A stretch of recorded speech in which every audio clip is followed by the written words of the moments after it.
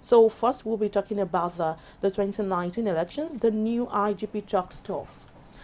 Just yesterday in Abuja, the acting inspector general of police, Abubakar Muhammad, has called on political leaders to assist the police and other law enforcement agencies in sustaining the gains recorded in Nigeria's democracy journey.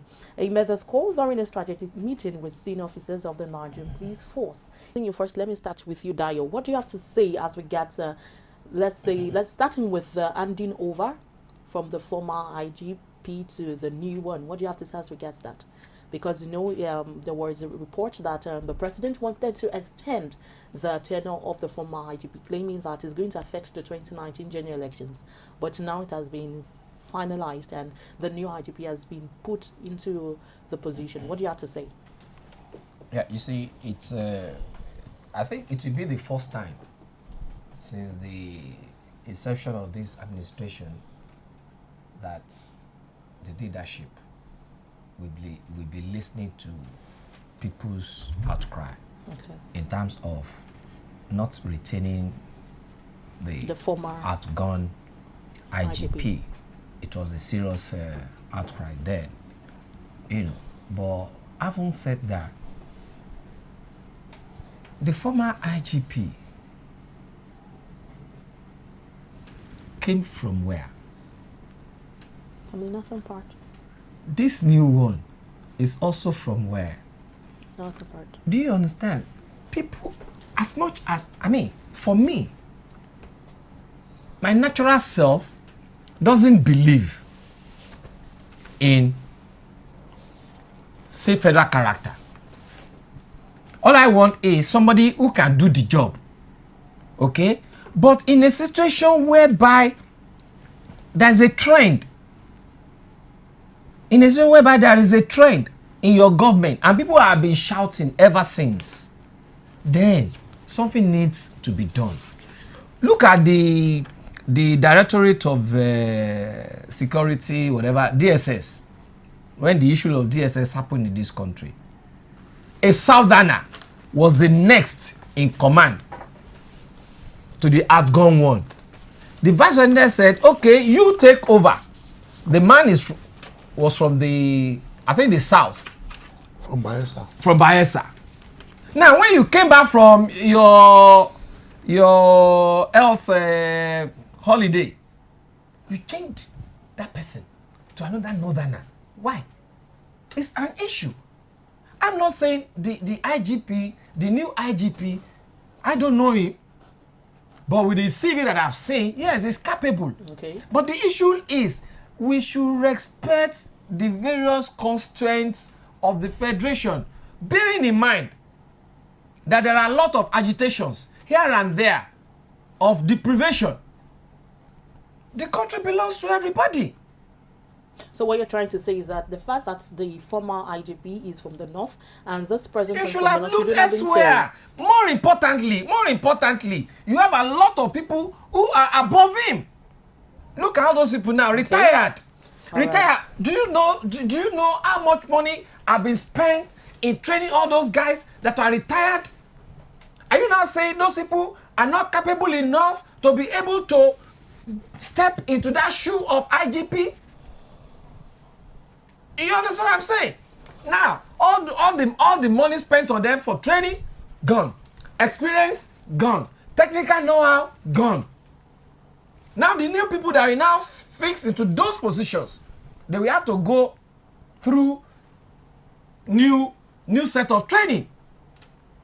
You have to now spend another money on them for training. Which is appalling. Wastage. Okay, let's hear from Bolauba. What do you have to say as regards this news change from the new IGP?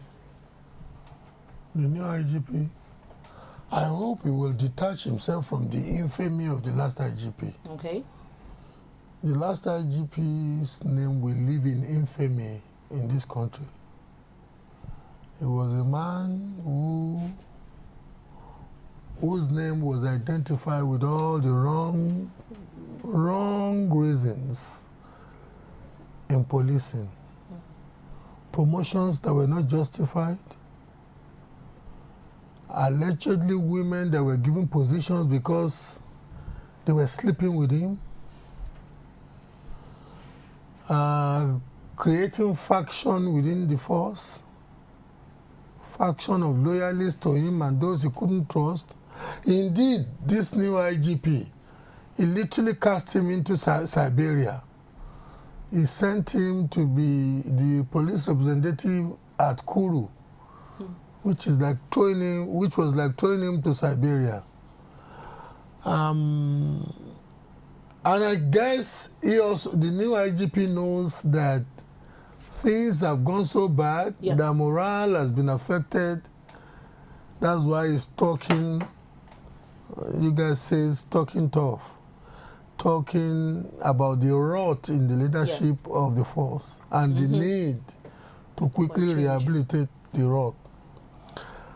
I have news for the president and those who may believe that nepotism should define loyalty for the appointment of strategic security officers of state.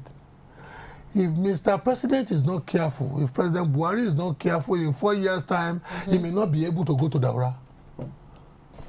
Not because I know anything about the operations of Boko Haram or some militant groups in the north, but the fact as we speak is that banditry has taken over Zamfara. And banditry has now crossed to Sokoto. 8 local governments in Katsina. I'm not going to Lokoto yet. 8 local governments in Katsina, local government areas in Katsina. The president is from Katsina. You know what? The Bade was killed like a chicken. Former chief of defense staff. He was killed like a chicken because of security issue. But people may have forgotten that it was in studios like this that we were analyzing when Bade, knowing that Boko Haram was going to strike his village, sent aircraft and sent officers to go and pick his family members in his village. That was less than 8 years ago. What eventually happened to him? You know what? They may use nepotism as the chief criterion for the appointment of strategic officers of state, security-wise. But the rot is gradually taking over, practically taking over territories from underneath their feet. Many Nigerian politicians that you people know now, especially from the north, many of them cannot leave Abuja.